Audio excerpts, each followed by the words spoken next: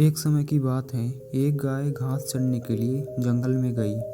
शाम होने वाली थी, तभी एक बाघ ने उस गाय को देख लिया और दबे पांव उसकी ओर बढ़ने लगा। गाय डर के मारे इधर उधर भागने लगी और वह बाघ भी उसका पीछा करने लगा। गाय को अब कुछ समझ में नहीं आ रहा था, तभी उसे एक सामने तालाब दिखा। गाय बहुत घबरा गई थी और उसे अब कुछ समझ में नहीं आ रहा था और गाय तालाब के अंदर घुस जाती है। वह बाघ भी उसका पीछे करते हुए तालाब के अंदर घुस जाता है। तब उन्होंने देखा कि तालाब बहुत गहरा नहीं था, लेकिन उसमें पानी कम था, लेकिन वह कीचड़ से भरा हुआ था।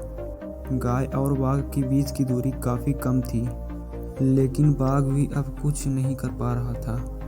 गाय कीचड़ के अंदर धीरे धीरे धंसने लगी और बाघ भी गाय के काफ़ी पास था, लेकिन फिर भी वह बाघ उसे नहीं पकड़ पाया।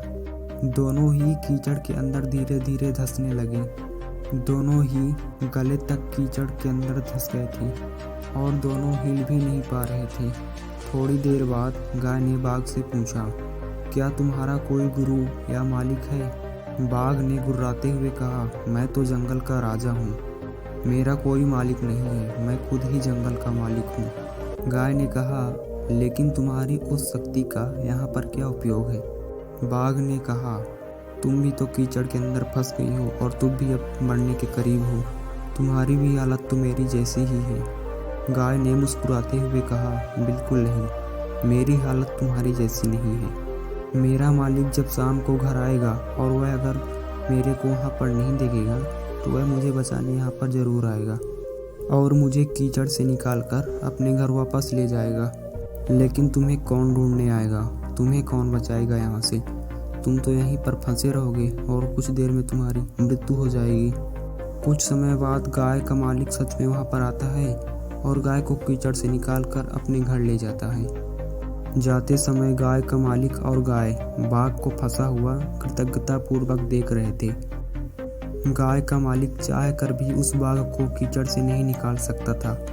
अगर गाय का मालिक उस बाघ को निकालता तो वह दोनों के लिए खतरा हो सकता था और बाघ उन दोनों को ही मार सकता था।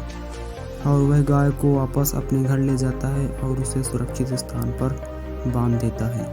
तो इस कहानी से हमें यही सीख मिलती है कि हमें किसी के ऊपर निर्भर नहीं होना चाहिए। यह तो बात सत्य है, लेकिन मैं ही सब कुछ हूँ, यह बात तो एकदम से असत्य है। मुझे किसी की आवश्यकता नहीं है, यह तो अहंकार हो गया और यही विनाश का कारण बन जाता है।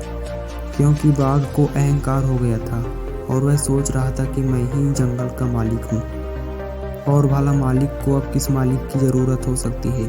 यही अहंकार उसका आज विनाश का कारण बन गया। तो यह छोटी सी कहानी आपको कैसी लगी कमेंट बॉक्स में ज़रूर बताएं। धन्यवाद।